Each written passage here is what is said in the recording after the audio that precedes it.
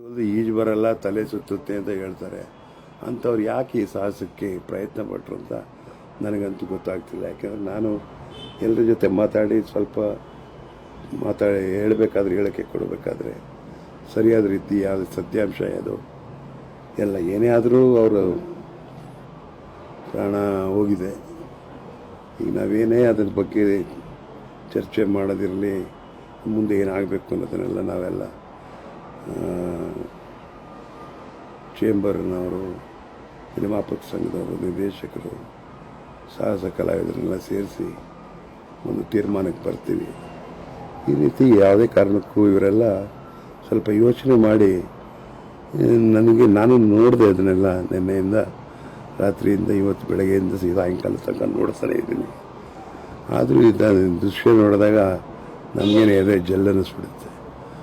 ಇಂಥ ಒಂದು ಸಾಹಸಕ್ಕೆ ಪ್ರಯತ್ನ ಪಟ್ಟಿದ್ದು ಯಾರಿಂದ ಆಯಿತು, ಏನಿಂದ ಆಯಿತು ಎಲ್ಲ ನಾನು ಕೂಲಂಕುಷವಾಗಿ ಯಾರೂ ಸಿಕ್ಕಿಲ್ಲ. ನನಗೆ ವಿಜಿಗೂ ಮಾತಾಡಿದೆ, ನನಗೆ ಫೋನ್ ಮಾಡಿ ನಾನು DGಗೆ ಅವ್ರ ಹತ್ರ ಮಾತಾಡಿ, ಹೊಗೇನಕಲ್ನಲ್ಲಿ ಡ್ರೈವರ್ಸ್ ಇದ್ದಾರೆ, ಅವ್ರನ್ನೆಲ್ಲ ನಿನ್ನೆ ನಾನು DG ಓಂ ಪ್ರಕಾಶ್ ಸಾಹೇಬ್ರ ಹತ್ರ ಮಾತಾಡಿ ಕರೆಸಿ ಅದು ಅರ್ಜೆಂಟಾಗಿ ಅಂತ ಹೇಳಿ ಕರೆಸ್ಕೊಟ್ಟು, and MEG group also, NDRF also ಎಲ್ಲರೂ ಭಾಳ, ಈಗ ಸ್ಕೂಬಿ ಡೈವರ್ಸ್ ಯಾರು ಬಂದಿದ್ದಾರೆ, ಈ ಥರ ಎಲ್ಲರೂ ಪ್ರಯತ್ನ ಪಡ್ತಾಯಿದ್ರು. ಇನ್ನೂ ಏನಕ್ಕೆ ಸಿಕ್ಕಿಲ್ಲ ಅಂದರೆ ಅದೊಂದು ಆಶ್ಚರ್ಯವಾದ, ಅದು ಒಂದೇ ಜಾಗದಲ್ಲಿ ಇರೋದು. ಇನ್ನು ಸಮುದ್ರದಲ್ಲೇ ಏರ್ ಕ್ರ್ಯಾಶ್ಗಳಾದಾಗಲೇ ಹುಡುಕ್ಬಿಡ್ತಾರೆ. ಇಲ್ಲಿ ಹುಡುಕಕ್ಕೆ ಆಗ್ತಾ ಇಲ್ಲ, ಏನಕ್ಕೆ ಅಂತ ನನಗೆ ಗೊತ್ತಾಗ್ತಾ ಇಲ್ಲ. ಅದರದ್ದು ಸತ್ಯಾಂಶ ಏನು ಅಂತ ಗೊತ್ತಿಲ್ಲ ನನಗೆ. ಒಳಗಡೆ ಎಲ್ಲರೂ ಹೇಳೋ ಪ್ರಕಾರ ನಮ್ಮ ನೀರೊಳಗೆ ಮಣ್ಣಿದೆ, ಮಣ್ಣು ಕೆಸರಲ್ಲಿ ಹೋಗ್ಬಿಟ್ಟಿರ್ತಾರೆ. ಅವ್ರು ಬಂದಿದ್ದು ಫೋರ್ಸ್ಗೆ ಮೇಲಿಂದ ಹೆಲಿಕಾಪ್ಟ್ರು, ಅದು ಏರ್ ಫೋರ್ಸ್ ಇತ್ತು. ಜೊತೆಗೆ ಇವ್ರು ಸ್ವಿಮ್ಮಿಂಗ್ ಬರೋಲ್ಲ ಅಂತ ಇದ್ದವರು ಯಾಕೆ ಹಿಂಗೆ ಮಾಡಿದ್ರು ಅಂತ ನನಗೂ ಅರ್ಥ ಆಗ್ತಿಲ್ಲ. ನಾನು ನಿರ್ದೇಶಕರು ರವಿ ವರ್ಮಾ ಜೊತೆ ಎಲ್ಲ ಮಾತಾಡ್ತೀನಿ. ಬಟ್ ನನಗೂ ತಿಳಿದ ಮಟ್ಟಿಗೆ ಇವತ್ತಿನ ಟೆಕ್ನಾಲಜಿಗೆ ಅವ್ರು ಮಾಡಬೇಕಾದ ಏನೂ ಅವಶ್ಯಕತೆ ಇರಲಿಲ್ಲ. ಅದು ಯಾತಕ್ಕೆ ಈ ಥರ ತೀರ್ಮಾನ ಮಾಡಿದ್ರೆ ಗೊತ್ತಿಲ್ಲ. ಎಲ್ಲ ಕೂತು ಇವತ್ತು ನೀವೆಲ್ಲ ಏನು ಇಷ್ಟೊಂದು ಜನ ಅಲ್ಲಿ ಕೂಡ ಹೋಗಿ ಜನರಿಂದ ಏನೂ ಮಾಡೋದಕ್ಕಾಗಲ್ಲ. ಅಲ್ಲಿ ನೋಡಿ ಇವತ್ತು ಜೊತೆಗೆ ಹೋಗಿ ಹೆಜ್ಜೆನ್ಗಳು ಬೇರೆ ಅಟ್ಯಾಕ್ ಹಾಕಿದೆ. ಅದೆಲ್ಲ ತಡ್ಕೊಳ್ಬೇಕು, ತಿಳುವಳಿಕೆ ಇರಬೇಕು ಜನಕ್ಕೆ. ಅವ್ರವ್ರ ಕೆಲಸ ನಾವು ಹೋಗಿ ನಿಂತ್ಕೊಂಡು ಏನು ಮಾಡ್ತೀವಿ, ಏನು ಮಾಡೋಕ್ಕೆ ಸಾಧ್ಯ ಇಲ್ಲ. ಅದಕ್ಕಿರೋರಿಗೆ ಅದರಲ್ಲಿರೋ ಎಕ್ಸ್ಪರ್ಟ್ಸ್ ಇರ್ತಾರೆ, ಡ್ರೈವರ್ಸ್ ಇರ್ತಾರೆ, ಹುಡ್ಕೋದನ್ನು ಇದನ್ನಾಗಿ ಇದಕ್ಕೋಸ್ಕರ ಟ್ರೈನ್ಡ್ ಪೀಪಲ್ ಆರ್ ದೇರ್.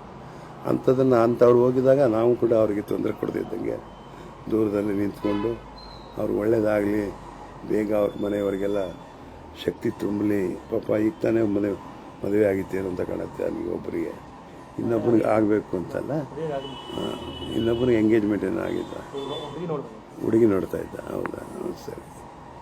ಅದನ್ನೆಲ್ಲ ನೆನೆಸ್ಕೊಂಡ್ರೆ ಪಾಪ ನಮಗೆ ಎಂಥವ್ರಿಗಾದ್ರೂ ನಾವು ಮನುಷ್ಯತ್ವ ಇದ್ದರೆ ನಮಗೆ ಬೇಜಾರು ಆಗೇ ಆಗುತ್ತೆ.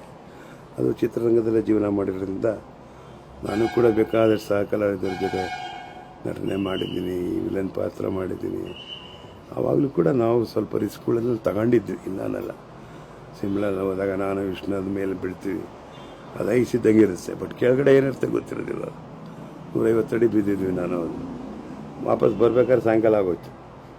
ಹಂಗೆ ಕೂಲಿ ಆಕ್ಸಿಡೆಂಟು, ಜಯನ್ ಸತ್ತಿದ್ದು, ನಮ್ಮ ಅಜಯ್ ದೇವಗನ್ನು, ಆಮೇಲೆ ಅಕ್ಷಯ್ ಕುಮಾರ್, ಇವರೆಲ್ಲ ಸ್ಟೆಂಟಲ್ಲೇ ಸ್ವಲ್ಪ ಬೇಕಾದಷ್ಟು ಅನಾಹುತಗಳಾಗಿದೆ.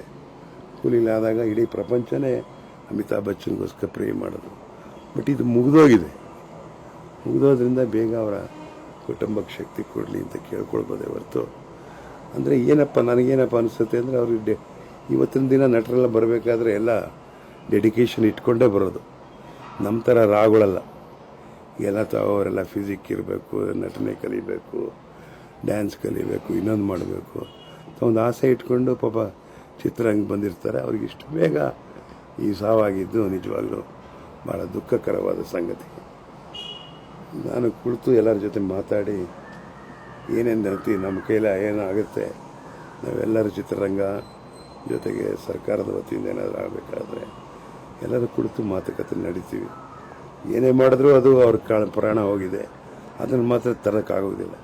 ಆದ್ದರಿಂದ ಏನೇ ಪ್ರಯತ್ನ ನಾವು ಮನುಷ್ಯತ್ವದಿಂದ ಪ್ರಯತ್ನ ಮಾಡಬಹುದೇ ಹೊರತು ಅವರ ಪ್ರಾಣನ ಈ ರೀತಿ ಹೋಗುತ್ತೆ ಅಂತ ಕನಸು ಮನಸ್ಸಲ್ಲೂ ನಾವು ಯಾವತ್ತೂ ಯಾರೂ ಎಕ್ಸ್ಪೆಕ್ಟ್ ಮಾಡಲ್ಲ.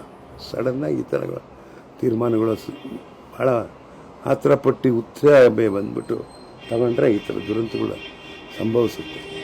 ಹುಷಾರಾಗಿರಬೇಕು ಅನ್ನೋದನ್ನು ಎಲ್ಲ ಬೇಕಾದಷ್ಟು ಚಿತ್ರಗಳು ಹಾಲಿವುಡ್ಡಲ್ಲಿ ಮಾಡಲ್ವ, ಇಂತೆಂಥ ಪಿಕ್ಚರ್ ಮಾಡಿದ್ರು. ಜರಾಸಿಕ್ ಪಾರ್ಕು, ಗನ್ಸ್ ಆಫ್ ನೆವರನ್, ಕ್ಲಿಯೋಪಾಟ್ರಾ, ಆ ಫೈಟ್ಸು ಗೀಟ್ಸ್ ಎಲ್ಲ ಮಾಡಬೇಕಾದ್ರೆ ಅವತ್ತು ಈ ಟೆಕ್ನಾಲಜಿ ಇರಲಿಲ್ಲ.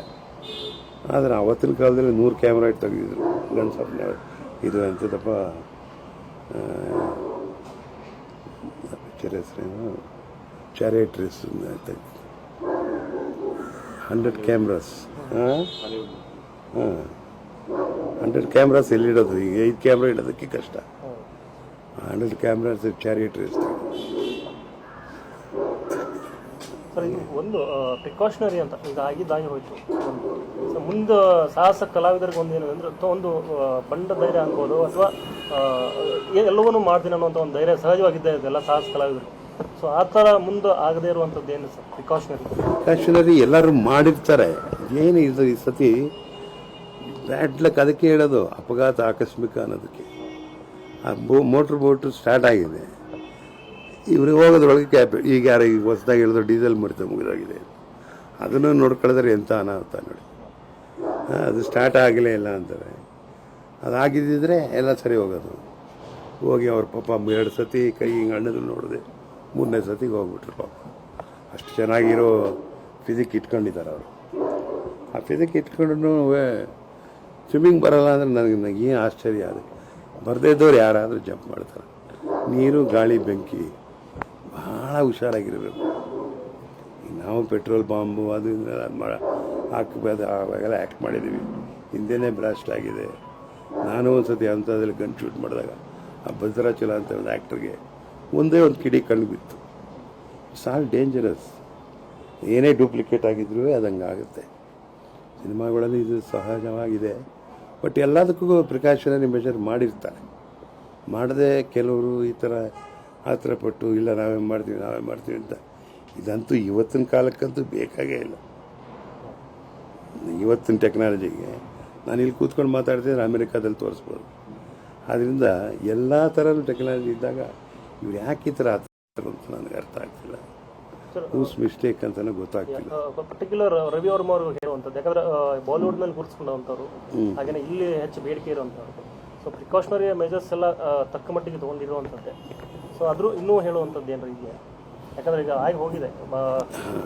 ಒಂದು ಫ್ರೇಮ್ ಏನಾದ್ರು ಇದು ಮಾಡಬೇಕು, ಒಂದು ಫ್ರೇಮ್ ಮಾಡಬೇಕು ಕನ್ನಡ ಚಿತ್ರರಂಗದಲ್ಲಿ. ಕನ್ನಡ ಚಿತ್ರರಂಗದಲ್ಲಿ ಎಲ್ಲರೂ ಮಾಡುತ್ತಾರೆ, ಮಾಡೋದೇನಿಲ್ಲ. ಈ ಕಾರ್ ಆಕ್ಸಿಡೆಂಟು, ಕಾರಿಟ್ಟು ಉಲ್ಟಾ ಹೊಡೆಯೋದು, ಮೋಟರ್ ಸೈಕಲ್ ಜಂಪ್ ಮಾಡೋದು, ಅದಕ್ಕೆಲ್ಲದಕ್ಕೂ ದೇ ನಾಲ್ ಪ್ರಿಪೇರ್ಡ್. ಆ ಎಕ್ಸ್ಪರ್ಟ್ಸೇ ಇರ್ತಾರೆ. ಇವರು ಮಾಡಬೇಕು ಅನ್ನೋದೇನು ಇರಲಿಲ್ಲ. ಈಜು ಬರದೆ ಹೋಗಿ ಯಾರಾದ್ರೂ ಅಲ್ಲಿ ಹೋಗಿಬಿಡ್ತಾರೆ. ನೀರು ನೋಡಿದ್ರೆ ಎದುರ್ಕೊಳ್ತಾರೆ. ಇನ್ನು ಎನಿಬಡಿ ವುಡ್ ಅದನ್ನು ಸ್ವಿಮ್ಮಿಂಗ್ ಅಂಥದ್ರಲ್ಲಿ ಇವ್ರು ಯಾಕೆ ಮಾಡಬೇಕಾಗಿತ್ತು ಅಂತ ನನಗೆ ಅರ್ಥ ಆಗ್ತಾಯಿಲ್ಲ. ನೋಡೋಣ, ಮಾತುಕತೆ ಮಾಡ್ತೀವಿ ಎಲ್ಲರೂ ಏನು ಅಂತ. ಸುಮ್ಮನೆ ಆತುರವಾಗಿ ನಾನೇನೋ ಒಂದು ಸ್ಟೇಟ್ಮೆಂಟ್ ಕೊಟ್ಬಿಡೋದು ಅದೆಲ್ಲ ಸರಿ ಹೋಗೋದಿಲ್ಲ. ಬೇರೆಯವ್ರು ಯಾರ ಹತ್ರ ಹೇಳಿದ್ರೆ ನನಗೂ ಹೋಗಬೇಕು ಅಂತ ಆಸೆ ಇತ್ತು. ಇಲ್ಲಿ ಬರೋ ಬದಲು ಅಲ್ಲೇ ಹೋಗೋದಾಗಿತ್ತು. ಬಟ್ ನಾನು ಹೋದ್ರೇನು ಹಂಗೆ ಜನ ತುಂಬ್ಕೋತಾರೆ. ಎಲ್ಲ ನೀವು ಹೇಳೋಕ್ಕೆ ಇದು ಮಾಡ್ತೀರಾ, ಕೇಳ್ತೀರಾ, ಮಾಡ್ತೀರಾ, ಬರ್ತೀರಾ, 2 ಮಾತಾಡ್ಬೋದು ಅಷ್ಟೇ. ನಾನೇನು ಅವ್ರ ಜೀವನ ಉಳಿಸೋದಕ್ಕಾಗೋದಿಲ್ಲ. ಈ ಥರ ಇದ್ದಾಗ ಯಾಕೆ ಕರ್ನಾಟಕಕ್ಕೆ ಈ ಥರ ಆಯಿತು ಇದು ಅಂತ ಅಮಿತಾಬ್ ಬಚ್ಚನ್ಗೆ ಆದಾಗಲೇ ಎಲ್ಲರೂ ಸ್ಮಾಲ್ ಮಿಸ್ಟೇಕ್. ಜಯಂದು ಓಕೆ ಅಂತ ಮಾಡಿದಾಗ ಸೆಕೆಂಡ್ ಅವನೇ ಕೇಳ್ಕೊಂಡು ಅವನ ಸಾವಿಗೆ ಕೂತಾడు. ಹಿಂಗೆ ಬುಲೆಟು ಅಕ್ಷಯ್ ಕುಮಾರ್ಗೇನೋ ಬುಲೆಟ್ ಪಾಸ್ ಆಗಿದೆ ಅಂತಾರೆ. ಹಿಂಗೆ ಈ ಥರದ್ದೆಲ್ಲ ನಡೀತದೆ. ಬಟ್ ಸ್ವಲ್ಪ ಹುಷಾರಾಗಿರಲೇಬೇಕು. ಇವತ್ತಿನ ಟೆಕ್ನಾಲಜಿಗೆ ಇದು ಬೇಕಾಗಿಲ್ಲ. ಅವ್ರು ಯಾಕೆ ಆ ಥರ ಪಟ್ಟು ಈ ಥರ ತೀರ್ಮಾನ ತಗೊಂಡ್ರೆ ನನಗೆ ಗೊತ್ತಾಗ್ತದೆ. ಕರೆದು ನಾನು ಮಾತಾಡ್ತೀನಿ ಎಲ್ಲ ನಮ್ಮ ಚಿತ್ರರಂಗದವರೆಲ್ಲ ಸೇರಿ ಕುಳಿತು ಚೇಂಬರಲ್ಲಿ ಕರೆಸಿ ಏನಾಗಿದೆ ಅದಕ್ಕೆ ಅಂದರೆ ಯಾವುದೇ ರೀತಿ ಟ್ವಿಸ್ಟ್ಗಳು ಕೊಟ್ಬಿಟ್ರೆ ತಪ್ಪಾಗುತ್ತೆ. ಕಳ್ಕೊಂಡೋಗಿದ್ದೇವೆ. ಅದಕ್ಕೆ ಹೇಳಿದ್ರೆ ಇನ್ನು ಅಂಬರೀಷ್ ಮಾತಾಡಲೇ ಇಲ್ಲ, ಮನೆಯಲ್ಲೇ ಕೂತ್ಕೊಂಡು ಅಂದರೆ ನಾವೇನು ಮಾಡಬೇಕು ಆ ಕೆಲಸ ಮಾಡಿರ್ತೀವಿ. ಎಲ್ರಿಗೂ ತೊಂದರೆ ಇರ್ತದೆ. ಬಟ್ ನನಗೆ ಫಸ್ಟ್ ಗೊತ್ತಾದ ತಕ್ಷಣ ಹಿಂಗೆ ಡಿ ಜಿಗೆ ಹೇಳಿ ಹೊಗೆನಕಲ್ಲಿಂದ ತರಿಸಿ ಅದನ್ನು ಮಾಡೋದು ಮುಖ್ಯನಾ, ನಾನು ಪಬ್ಲಿಸಿಟಿ ಮಾಡ್ಕೊಳ್ಳೋದು ಮುಖ್ಯನಾ ಕೇಳಿಬೇಕಾದ್ರೆ ಡಿ ಜಿ ಅವ್ರಿಗೆ ನಾನೇ ಫೋನ್ ಮಾಡಿ ಅವರು ನನ್ನ ಕಂಡ್ರೂ ಒಂದು ಪ್ರೀತಿ ವಿಶ್ವಾಸ ಇಟ್ಕೊಂಡಿದ್ದಾರೆ. ಇಮ್ಮಿಡಿಯೇಟಾಗಿ ಆಪರೇಷನ್ ಮಾಡಿಸ್ತೀನಿ ಅಂತ ಅಂದ್ಬಿಟ್ಟು ಕರೆಸಿದ್ದಾರೆ ಅಂತ ನಮ್ಮ ಹುಡುಗ ಬಂದು ಹೇಳ್ದ. ವಿಜಿಲ್ಗೂ ಮಾತಾಡೋಕ್ಕೆ ಹೋದೆ, ಒಂದು ಬೋಟಲ್ಲಿ ಹೋಗಿದ್ದಂತೆ. ಅವ್ರ ಹುಡುಗ ಮಾತಾಡ್ದ. ಪಾಪ ಹೆಣ್ಮಗಳನ್ನೆಲ್ಲ ನೋಡಿ ತುಂಬ ನೋವಾಗುತ್ತೆ. ಈಗ ನಮಗೂ ಹಂಗೆ ಆದರೆ ನಮ್ಮ ಫ್ಯಾಮಿಲಿಗೂ ಅದೇ ಥರ ಆಗುತ್ತಲ್ಲ. ಆ ಫ್ಯಾಮಿಲಿಗೂ ಹಂಗೆ ಆಗುತ್ತೆ. ಅದು ದೇವರು ಏನು ಈ ಥರ ಸಾವು ಪಾಪ ಹುಡುಗರಿಗೆ ಕೊಟ್ಟಿದ್ದು ಭಾಳ ದುರಂತ ಅಂತ.